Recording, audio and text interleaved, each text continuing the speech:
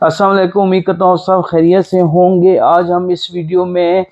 سب سے پہلے ڈسکس کریں گے کہ مولانا فضل الرحمان کو جو عدالت انہوں نے بلا لیا ہے، کیا مولانا فضل الرحمان جو ہیں وہ اس بات پہ جو اپنا انہوں نے بیان دیا تھا، ایک سیاسی اسٹنٹ کھیلا تھا، اس پر وہ معافی مانگیں گے کہ نہیں مانگیں گے، اور کیا کوئی ایسی پاسبلٹی ہے کہ مولانا فضل الرحمان کو وہاں اریسٹ کر لیا جائے؟ تو یہ بہت ایک دو اہم سوال ہیں جو میں چھوڑے جا رہا ہوں اس ویڈیو میں، اور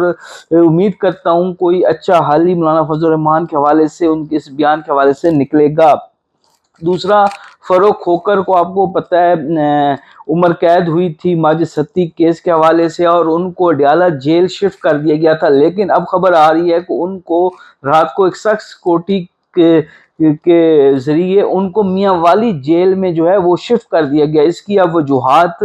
تو سامنے ابھی تک نہیں آئی کہ کیا وجہ بنی ہے کہ ان کو اڈیالہ جیل سے میاں والی جیل شفٹ کر دیا گیا، لیکن یہ خبر سامنے آئی ہے کہ ان کو میاں والی جیل میں جو ہے وہ شفٹ کر دیا گیا ہے۔ دوسرا بہت اہم چیز جو اس میں نے آپ کو بتانی تھی اس ویڈیو میں، وہ میں کئی دنوں سے کئی عرصے سے بتا رہا تھا آپ کو کہ جو وفاقی کابینہ ہے اس کے اندر رد و بدل ہونے جا رہا ہے۔ کچھ لوگ وزیر اعظم کی تبدیلی کی بھی بات کرتے رہے ہیں، آج تک کر رہے ہیں، کوئی چودھری نثار کا نام لے لیتا ہے، کوئی مشاہد حسین کا نام لے لیتا ہے، کوئی محسن نقوی کا نام لے لیتا ہے۔ ٹھیک ہے، محسن نقوی جو ہیں وہ امیدوار تو ہیں اور کیلیبر بھی ہیں ان کے وزیر اعظم کے لیے موجودہ صورتحال کے اندر، لیکن وزیر اعظم کہیں نہیں جا رہے، صرف کابینہ کے اندر رد و بدل ہو رہا ہے۔ جو چیزیں سامنے ابھی آنا شروع ہو گئی ہیں کہ کابینہ میں کیا رد و بدل ہو رہا ہے، وہ میں آپ کے سامنے رکھنا چاہتا ہوں۔ ذرائع کے مطابق اب جو نئے نوجوان جو لوگ ہیں یا ایم این ایز ہیں جو شہباز شریف کی ٹیم کا حصہ ہیں، ان کو سامنے لایا جائے گا، ان کو وزارتیں دی جائے گی۔ تو سب سے پہلے بلال اظہر کیانی جو اپنی وزارت کے اندر بہت محنت بھی کر رہے ہیں اور اس ٹائم پہ وہ وزیر مملکت ہیں برائے خزانہ، تو ان کو جو ہے وہ وزارت یا مکمل جو ایک وزارت ہے وہ دی جانے امکانات ہیں، اور ان کو میرے خیال میں وزارت تجارت جو ہے وہ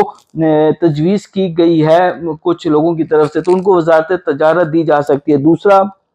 برسٹر کیل جو ہیں وہ بھی نوجوان ایک ہیں، وہ بھی اس ٹائم پہ وزیر مملکت کے طور پر کام کرے، ان کو بھی جو ہے کوئی وزارت سونپی جا سکتی ہے، کیونکہ یہ دونوں جو لوگ ہیں اب ٹرین بھی ہو گئے ہیں، کسی حد تک انہوں نے جو ذمہ داری ہیں وہ نبھا کے دکھائی ہیں، تو ان دونوں لوگوں کو کہیں نہ کہیں کوئی نہ کوئی اچھی وزارت جو دی جانے کا